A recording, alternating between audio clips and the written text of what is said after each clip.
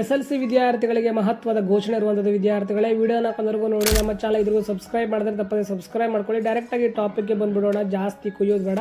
So SLC ವಿದ್ಯಾರ್ಥಿಗಳು SLC 2025 ಮೊದಲನೇ ಪರೀಕ್ಷೆಯನ್ನು ಬರೀಬೇಕಂತ ವಿದ್ಯಾರ್ಥಿಗಳು ನಿಮ್ಮ ಶಾಲೆಯಲ್ಲಿ ನೀವು 75% ಹಾಜರಾತಿಗಿಂತ ಹೆಚ್ಚಿದ್ರೆ ಮಾತ್ರ ನಿಮ್ಮ ಒಂದು ಹಾಲ್ ಟಿಕೆಟ್ ಜನರೇಟ್ ಆಗುತ್ತೆ, ನಿಮಗೆ ಎಕ್ಸಾಮ್ ಕೊಡಲು ಕೊಡ್ತಾರೆ.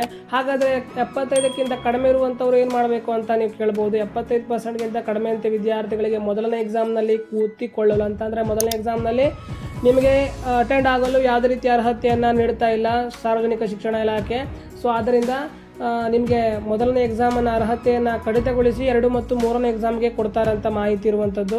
ಸೊ ಅದರಿಂದ ದಯವಿಟ್ಟು 75%ಗಿಂತ ಒಳಗಿರುವಂಥ ವಿದ್ಯಾರ್ಥಿಗಳು ಸ್ವಲ್ಪ ಚೆಕ್ ಮಾಡ್ಕೊಳ್ಳಿ. ಯಾಕಂತಂದರೆ ನಿಮ್ಮ ಶಾಲೆಯನ್ನು ಭೇಟಿ ನೀಡಿ ಬಹಳ ಒಂದು ಮಹತ್ವದ ಘೋಷಣೆ ಅಂತ ಹೇಳ್ಬೋದು. SLC ವಿದ್ಯಾರ್ಥಿಗಳು, ಎಸ್ಪೆಷಲಿ SLC ವಿದ್ಯಾರ್ಥಿಗಳು ಕಾನ್ಸಂಟ್ರೇಟ್ ಕೊಡಿ. ನಿಮಗೆ ಏಪ್ರಿಲ್ 4ಕ್ಕೆ ಎಲ್ಲ ಒಂದು SLC ವಿದ್ಯಾರ್ಥಿಗಳ ಎಕ್ಸಾಮ್ ಎಂಡ್ ಆಗುತ್ತೆ. ಆದರೆ 75%ಗಿಂತ ಕಡಿಮೆ ಇರುವಂತಹ ಅಟೆಂಡೆನ್ಸ್ ಇರುವಂಥ ವಿದ್ಯಾರ್ಥಿಗಳಿಗೆ ಬಹಳ ಕಷ್ಟ ಅಂತಲೇ ಹೇಳ್ಬೋದು. ಸೊ ಇದಾಗಿತ್ತು ಇವತ್ತಿನ ಒಂದು ವಿಡಿಯೋ. ನಿಮ್ಮ ಫ್ರೆಂಡ್ಸ್ಗೆ ಹೆಚ್ಚಿನದಾಗಿ ವಿಡಿಯೋನ ಶೇರ್ ಮಾಡಿ.